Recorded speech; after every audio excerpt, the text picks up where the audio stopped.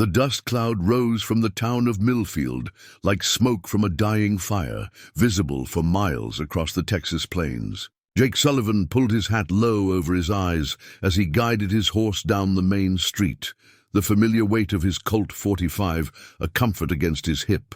He'd been riding for 3 days straight, following rumors of work at the Double Bar Ranch, when the sound stopped him cold. "Please don't hit me again." The voice was small, desperate, and unmistakably that of a child. Jake's horse, a seasoned Mustang named Thunder, seemed to sense his rider's sudden tension and slowed to a halt outside Henderson's general store.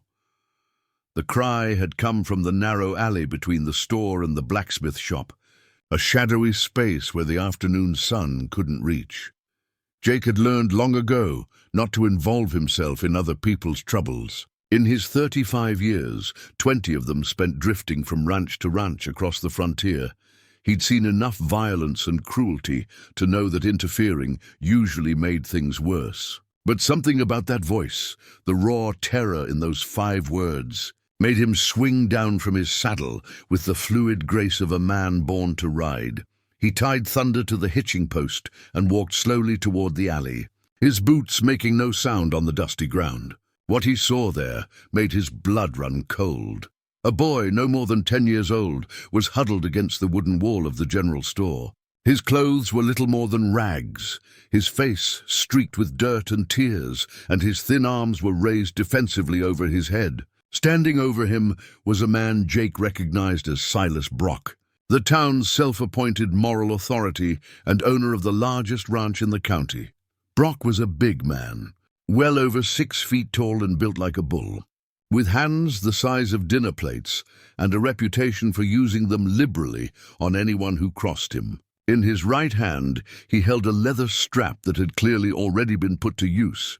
Judging by the red welts visible on the boy's arms, "You worthless little thief," Brock snarled, raising the strap again. "Maybe this will teach you to keep your dirty hands off what don't belong to you." The boy whimpered and pressed himself harder against the wall, as if he could somehow disappear into the wood. "I wasn't stealing, Mr. Brock, I swear. I was just looking." "Don't lie to me, boy. Mrs. Henderson saw you eyeing those apples like a hungry wolf. Orphan trash, like you got to learn early that there ain't nothing free in this world." Jake stepped into the alley, his presence immediately filling the narrow space. He didn't speak, didn't draw his weapon, didn't make any threatening gestures. He simply stood there, 6 feet of weathered cowboy in dusty leather and denim, his pale blue eyes fixed on Silas Brock with the intensity of a man who'd seen too much and tolerated too little. Brock looked up, annoyed at the interruption. "This ain't your concern, stranger. Move along." Jake remained silent, but he took another step forward. His hand rested casually near his gun belt, not quite threatening, but making it clear that he was armed and capable. More importantly, everything about his posture spoke of absolute confidence, the kind that came from years of facing down dangerous men and dangerous situations. "I said move along," Brock repeated, but his voice carried less conviction than before. Something about the silent cowboy's presence had changed the dynamic in the alley, shifting the balance of power in ways that made the bigger man uncomfortable. Still, Jake said nothing. He simply stood there, watching, waiting, his eyes never leaving Brock's face. The silence stretched between them like a taut rope, growing more tension with each passing second. The boy had stopped crying and was now watching this wordless confrontation with wide, hope-filled eyes. He couldn't understand exactly what was happening, but he sensed that something had changed, that this stranger's arrival had somehow altered his desperate situation.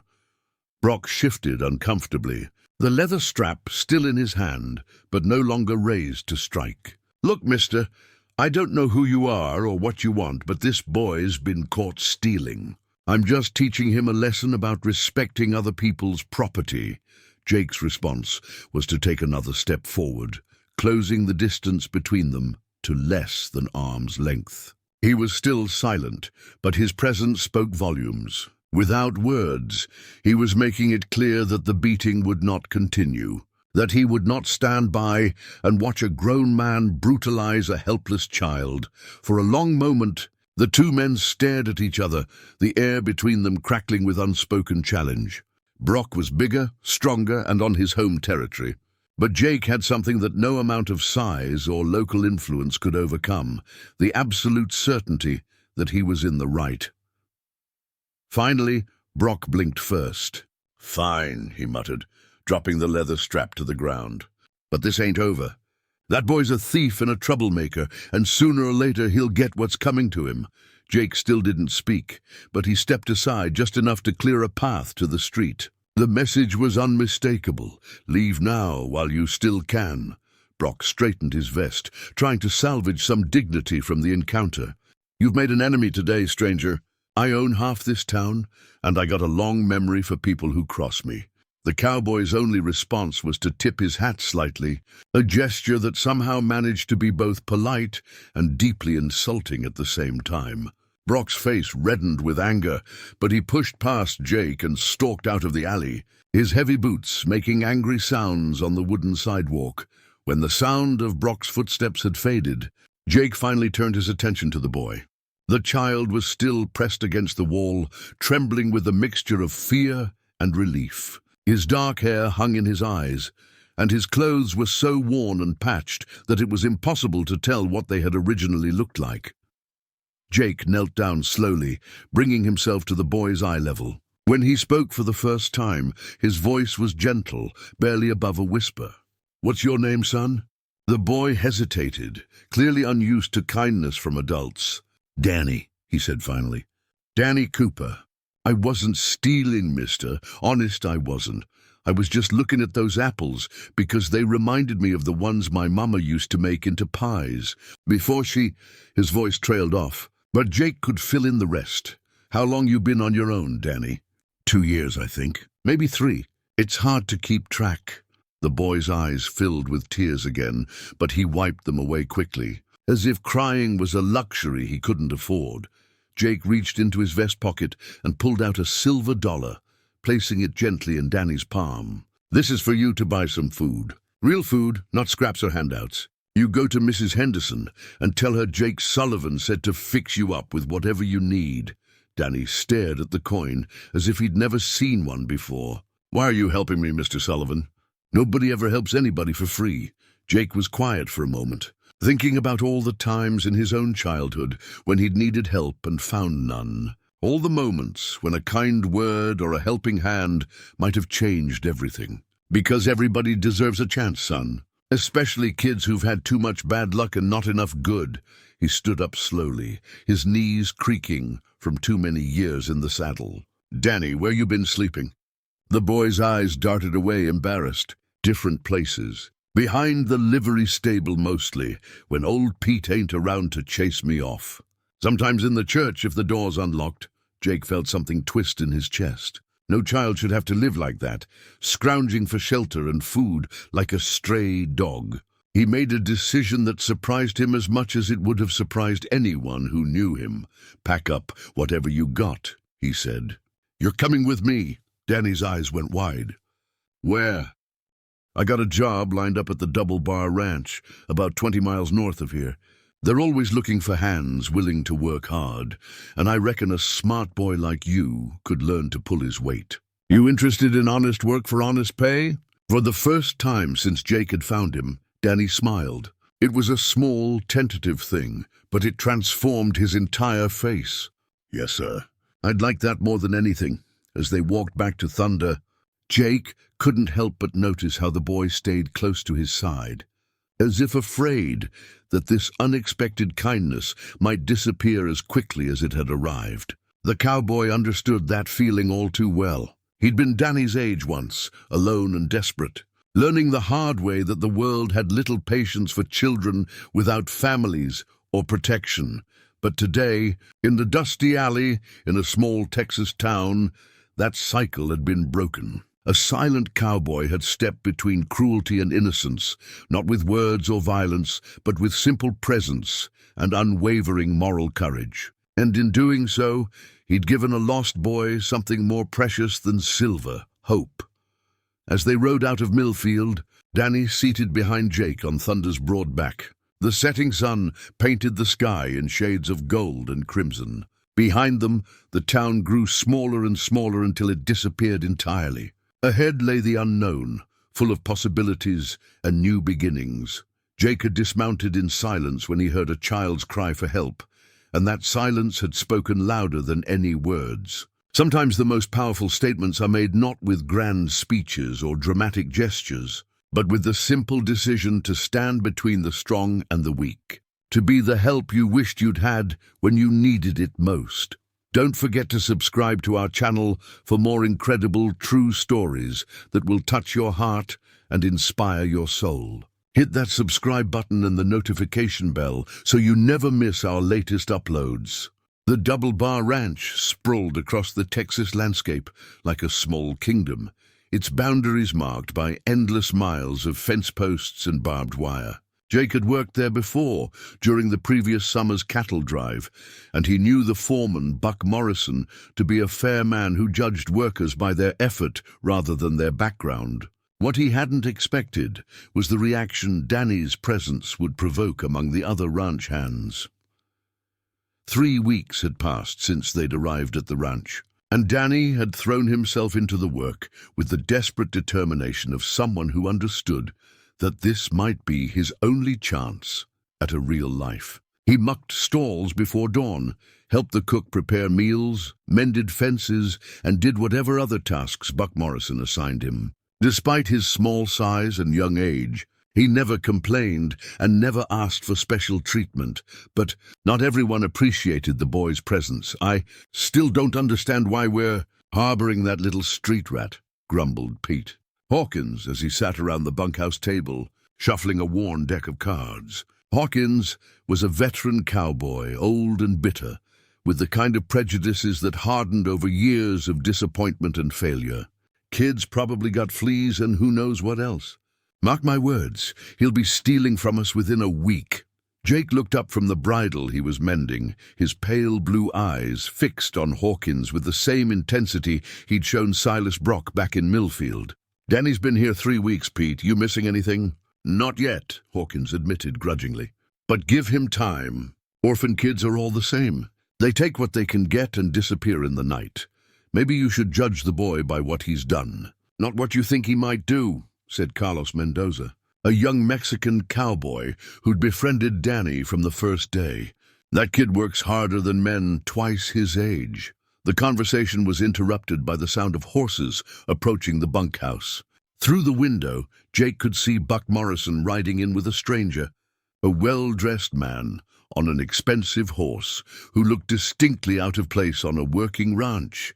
"Trouble," muttered Tom Bradley, the oldest hand on the ranch. "That's Sheriff Garrett from Milfield, and he don't make social calls." Jake felt a cold knot form in his stomach. He'd been half expecting this visit ever since leaving town with Danny, but he'd hoped that maybe Silas Brock would let the matter drop. Apparently, he'd been too optimistic. Buck Morrison dismounted and approached the bunkhouse, his weathered face grim. "Jake, Sheriff Garrett here wants to have a word with you. Something about a boy." Jake set down his work and stood slowly, his movements deliberate and calm, despite the tension he felt. "Sheriff." Garrett was a thin, nervous man with the pale complexion of someone who spent more time indoors than most frontier lawmen. He wore his badge like a shield, constantly touching it as if to remind himself and others of his authority. "Jake Sullivan," Garrett said, his voice carrying the officious tone of someone trying to sound more important than he was. "I'm here about the boy you took from Milfield 3 weeks ago. Mr. Brock has filed a complaint claiming you interfered with his lawful discipline of a known thief." "Is that what he's calling it?" Jake's voice was quiet, but there was steel beneath the calm surface. "Mr. Brock is a respected citizen and a pillar of the community," Garrett continued. "He was well within his rights to discipline that boy for stealing from Mrs. Henderson's store. You had no business interfering." Buck Morrison stepped forward, his loyalty to his men clear in every line of his body. "Sheriff, I don't know what happened in town, but I can tell you that boy's been nothing but helpful since he got here. Works hard, causes no trouble, and shows more respect than some grown men I could name." "That may be," Garrett replied. "But the fact remains that he's a known vagrant and probable thief. Mr. Brock wants him returned to town to face proper justice." Jake had remained silent during this exchange, but now he spoke, his voice carrying the quiet authority of a man who'd faced down worse threats than a small-town sheriff. "Sheriff, did Mr. Brock happen to mention that when I found him he was beating a 10-year-old boy with a leather strap? Did he tell you that the boy was begging him to stop?" Garrett shifted uncomfortably. Mr. Brock was teaching the boy a lesson about respecting other people's property. Sometimes discipline is necessary to correct wayward behavior. "Discipline," Jake repeated, tasting the word like something bitter. "That what you call it when a full-grown man beats a starving child for looking at food?" The other ranch hands had gathered around now, drawn by the tension in the air. Danny stood at the edge of the group, his young face pale with fear. He'd heard enough to understand that his brief taste of security was about to be taken away. "The law is the law," Garrett said, but his voice lacked conviction. "That boy needs to return to town to answer for his crimes." "What crimes?" Buck Morrison demanded. "You got any proof he stole anything?" "Mrs. Henderson saw him eyeing her merchandise with obvious criminal intent," Garrett replied, the absurdity of the charge apparent to everyone present. Carlos Mendoza laughed harshly. "Criminal intent? For looking at apples?" "Sheriff, that boy was probably just hungry. When's the last time you missed a meal?" The sheriff's face reddened, but before he could respond, Danny stepped forward. His voice was small but steady, carrying the dignity of someone who'd learned early that sometimes you had to fight your own battles. "Sheriff Garrett," the boy said, "I never stole nothing from Mrs. Henderson or nobody else. I was looking at them apples because they reminded me of my mama's cooking, that's all. Mr. Brock started hitting me before I even touched anything." "You calling Mr. Brock a liar, boy?" Garrett demanded. "I'm telling the truth," Danny replied simply. "And Mr. Sullivan stopped him from hurting me worse. Ain't no crime in that, is there?" Jake watched this exchange with growing pride in the boy's courage. Danny could have stayed silent, could have let the adults handle the situation, but instead he'd chosen to stand up for himself and for the truth. It was exactly the kind of character Jake had hoped to see develop in the boy. "Sheriff," Jake said quietly, "you really want to arrest a man for stopping the beating of a child. You want to drag a 10-year-old boy back to face the justice of a man who was whipping him for the crime of being hungry?" The other ranch hands muttered their agreement, and Jake could see that the sheriff was beginning to realize he was outnumbered and on the wrong side of public opinion. But Garrett had his orders, and he was too weak to defy them. "I'm taking the boy back to Milfield," Garrett announced, his hand moving to rest on his gun. "Anyone who interferes will be arrested for obstruction of justice." The words had barely left his mouth when Jake took a step forward, his movement so smooth and natural that it didn't seem threatening until the sheriff found himself looking down the barrel of Jake's Colt .45. The Cowboy had drawn so quickly that no one had even seen his hand move. "Sheriff," Jake said, his voice still calm but carrying an edge that made everyone present pay attention. "I think you might want to reconsider that decision." Garrett's face went white as fresh snow. "You're threatening a lawman, Sullivan. That's a hanging offense." "I'm protecting a child," Jake replied. "And if you think Silas Brock's word is worth more than that boy's life, then maybe you're not the kind of lawman this territory needs." The standoff stretched for long moments. The only sound, the wind through the ranch buildings and the nervous shifting of horses. Finally, Buck Morrison stepped between them, his voice carrying the authority of a man who'd spent decades settling disputes. "Gentlemen, let's all take a step back here. Sheriff, you've delivered your message. Now maybe it's time to head back to town and tell Mr. Brock that the boy is safe and well cared for on my ranch. As far as I'm concerned, that should be enough for any reasonable man." Garrett looked around at the circle of hostile faces surrounding him, calculating his odds and finding them poor. Whatever Silas Brock was paying him, it wasn't enough to risk his life over a 10-year-old orphan. "This isn't over," he said, trying to salvage some dignity as he backed toward his horse. "Mr. Brock won't let this stand." "Then Mr. Brock knows where to find us," Jake replied, holstering his weapon with the same fluid motion he'd used to draw it as the sheriff rode away. Danny approached Jake with tears in his eyes. "Mr. Sullivan, I'm sorry I caused you trouble. Maybe I should go back to town so you don't get in no more difficulty on my account." Jake knelt down to the boy's level, placing his hands on Danny's thin shoulders. "Son, let me tell you something important. There are times in a man's life when he has to choose between what's easy and what's right. Sometimes those choices have consequences, and sometimes good people get hurt for doing good things. But that don't make them any less worth doing." He looked around at the faces of his fellow ranch hands, seeing support and determination in their eyes. "Danny, you're part of this family now, and families stick together, no matter what." The boy threw his arms around Jake's neck, his small body shaking with relief and gratitude. "Thank you, Mr. Sullivan. I promise I'll work harder, I'll be good. You'll be yourself," Jake interrupted gently. "That's all any of us can do." As the sun set over the Double Bar Ranch that evening, Jake sat on the porch of the bunkhouse, watching Danny help Carlos with the evening chores. The boy was laughing at something the young Mexican had said, the sound carrying across the yard like music. It was a sound Jake had never heard from him before, and it made all the potential trouble with Silas Brock seem worthwhile. Tomorrow might bring new challenges, new threats to their peaceful existence. But tonight, a boy who'd known nothing but cruelty and rejection was learning what it meant to belong somewhere, to be valued and protected by people who cared about him. Jake had dismounted in silence to stop one act of cruelty, but in doing so, he'd set in motion something much larger. He'd created a family bound not by blood but by choice, and he'd shown Danny that sometimes the world did contain people willing to fight. For those who couldn't fight for themselves, make sure to subscribe to our channel for more heartwarming stories of courage and family. Hit that subscribe button to never miss our incredible true tales. 6 months after Sheriff Garrett's visit to the Double Bar Ranch, life had settled into a comfortable rhythm.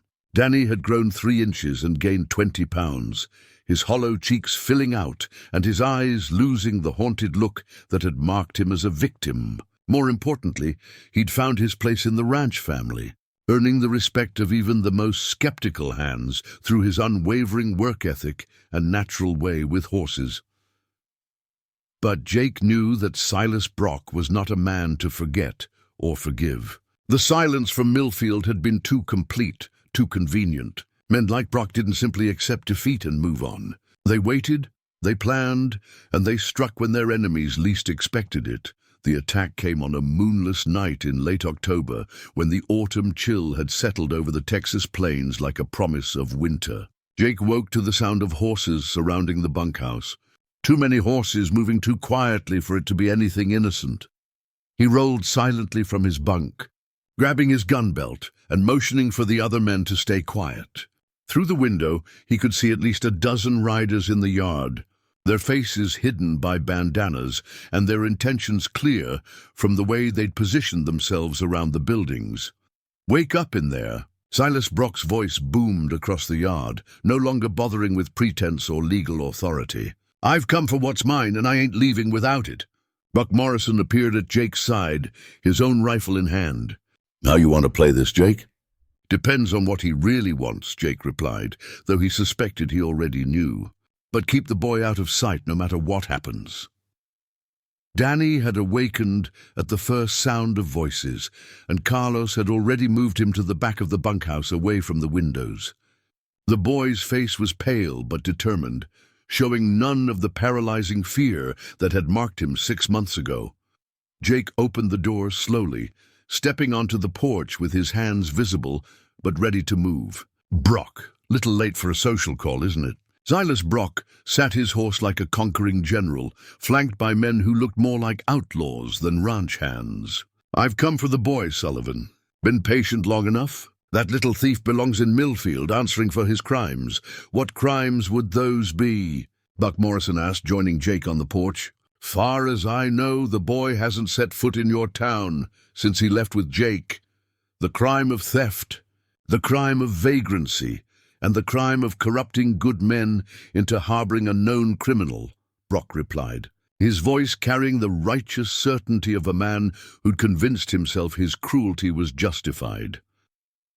Jake studied the faces of the men surrounding them, recognizing several as hired guns from other counties. This wasn't about law or justice anymore, if it ever had been. This was about Brock's wounded pride and his refusal to accept that anyone could defy his authority.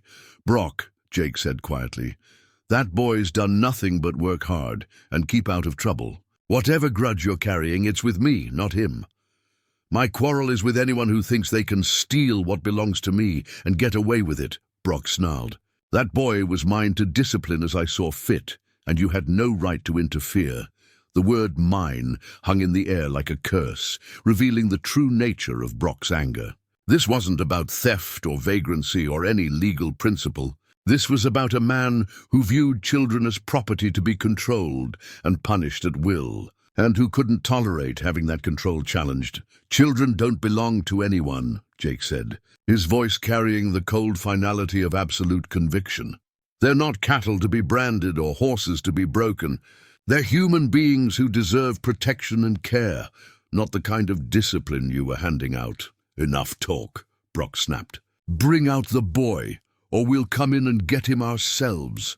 The other ranch hands had positioned themselves at windows and doorways throughout the complex, their weapons ready but waiting for Buck Morrison's signal. The foreman was a veteran of range wars and cattle-rustling conflicts, and he knew how to handle armed confrontations. "Mr. Brock," Buck said formally, "you're trespassing on private property with armed men, making threats against employees of this ranch. I'm asking you to leave peacefully before this situation gets out of hand. The only thing getting out of hand is the way you've been harboring a criminal," Brock replied. "But that ends tonight." Danny stepped out of the bunkhouse then, despite Carlos's attempts to hold him back. His young face was set with a determination that reminded Jake powerfully of the boy's courage in facing down Sheriff Garrett months earlier. "Mr. Brock," Danny said, his voice carrying clearly across the yard, "I ain't stolen nothing from you or nobody else, and I ain't going back to town to be beaten for crimes I didn't commit." Brock's eyes glittered with satisfaction at finally seeing his quarry. "You'll go where I say you'll go, boy, and you'll learn the proper respect for your betters, my betters." Danny took a step forward, showing no fear despite being surrounded by armed men. "Mr. Brock, I've learned a lot these past months about what makes a person good or bad. It ain't about how much money they got or how much land they own. It's about how they treat folks who can't fight back. And by that measure, you ain't better than anybody." The words hit Brock like a physical blow. To be lectured on morality by a 10-year-old orphan in front of his hired men was more than his pride could bear. "That's enough," he roared, reaching for his gun. "I'll teach you respect the hard way." But Jake was already moving, his Colt clearing leather with the speed that had kept him alive through 20 years on the frontier. The shot echoed across the yard like thunder, and Brock's weapon spun from his hand, the blood streaming from his shattered fingers. "Next man who draws gets worse than a broken hand," Jake announced, his voice carrying deadly calm. The hired guns shifted nervously in their saddles, suddenly realizing they were facing not just one man, but an entire crew of experienced ranch hands, all of them armed, and all of them positioned with tactical advantage. What had seemed like an easy job was rapidly turning into a potential massacre. "This is your last chance, Brock," Buck Morrison called out. "Ride away now, and we'll forget this ever happened. Stay and face the consequences." For a moment it seemed like Brock might be foolish enough to continue the fight, despite his injury and disadvantage. But even through his rage and pain, he could see that his men were losing their nerve. Hired guns were brave enough when facing helpless victims, but they had no stomach for a real fight against determined opponents. "This isn't over." "Sullivan," Brock said through gritted teeth, cradling his wounded hand against his chest, "I'll be back with real law, with federal marshals. You can't hide behind that boy forever." I'm not hiding behind him, Jake replied. I'm standing in front of him, and I'll keep standing there as long as necessary. As Brock and his men rode away into the darkness, the ranch hands slowly emerged from their positions. The immediate danger passed, but the underlying threat still present. Danny approached Jake, his young face serious beyond his years. Mr. Sullivan, I'm bringing trouble to good people. Maybe I should just disappear, go somewhere far away where Mr. Brock can't find me.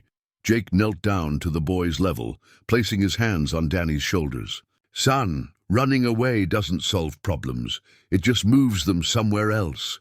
Besides, you're not bringing trouble to anybody. You're giving us the chance to stand up for what's right. And that's a privilege, not a burden. 3 days later, federal marshals did arrive at the Double Bar Ranch, but not the kind Silas Brock had been expecting. These were real lawmen, led by a circuit judge, who'd been investigating reports of corruption and abuse in several Texas counties. The blood-stained letter that the Orphan boys had brought to Jake's cabin months earlier had eventually found its way to the proper authorities, along with testimony from other victims of similar abuse. Brock's network of cruelty extended far beyond one town and one orphanage, and the federal government had finally taken notice. When the dust settled, Silas Brock was facing federal charges for conspiracy, assault and abuse of children in his care. His hired guns scattered to the winds, and his influence in Milfield evaporated overnight. Sheriff Garrett, faced with evidence of his corruption, resigned in disgrace and left the territory.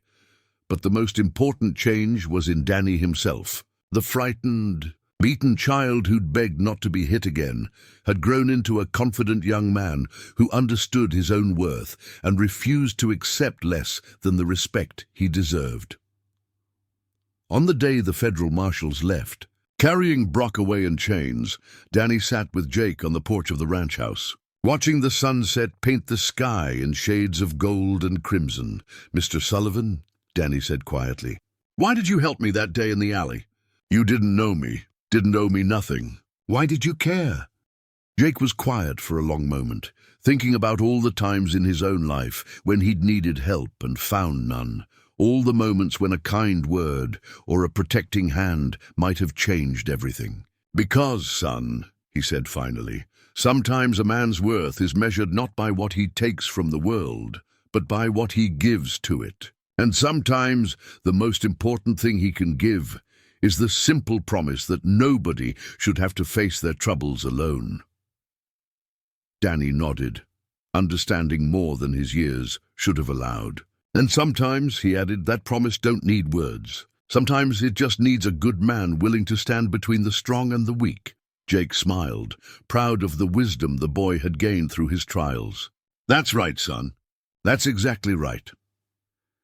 As the stars came out over the Texas plains, a cowboy and an orphaned boy sat in comfortable silence, both understanding that they'd found something precious in each other. The cowboy had dismounted in silence when he heard a child's cry for help, and in doing so, he discovered that the greatest victories are won, not with guns or violence, but with the simple courage to do what's right when everything else in the world seems wrong. Danny would grow up to become a respected rancher himself, known throughout Texas for his fair treatment of workers and his special care for children in need. He would marry, raise a family, and live to see his own grandchildren play in the same fields where he'd once learned what it meant to be truly free. And he would never forget the silent cowboy who'd stepped between cruelty and innocence, proving that sometimes the most powerful words are the ones never spoken. And the most important promises are kept not with speeches, but with actions that echo through generations. Thank you for watching this incredible story of courage, love, and standing up for what's right. Don't forget to subscribe to our channel and hit that notification bell to never miss our amazing true stories that will touch your heart and inspire your soul. Share this story with someone who needs to hear it today.